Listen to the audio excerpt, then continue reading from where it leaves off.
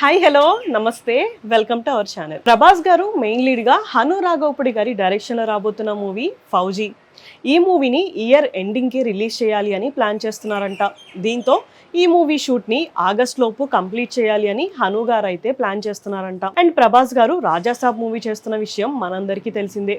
ఈ movie release post phone అవుతూ చివరికి ఈ మూవీని నెక్స్ట్ ఇయర్ సంక్రాంతికి ప్లాన్ చేస్తున్నాం అని టాక్ అయితే వినిపిస్తుంది. అయితే రాజాసాబ్ మూవీలో ముగ్గురు హీరోయిన్స్ ఉండబోతున్నారు అని మనందరికీ తెలిసిందే. అండ్ ఫౌజీ మూవీలో కూడా ఇమాన్వి గారిని హీరోయిన్ గా అనుకుంటున్నట్టు మూవీ లాంచ్ రోజే అనౌన్స్మెంట్ అయితే చేశారు. అయితే ఇప్పుడు ఈ మూవీలో ఇంకొక హీరోయిన్ కూడా ఉండబోతుంది అని టాక్ నడుస్తుంది. అయితే ఇది గెస్ట్ రోల్ అని కూడా చాలా మంది అంటున్నారు. ఈ మూవీలో యువరాణి క్యారెక్టర్ కి చాలా ఇంపార్టెన్స్ అయితే ఉండబోతుందంట.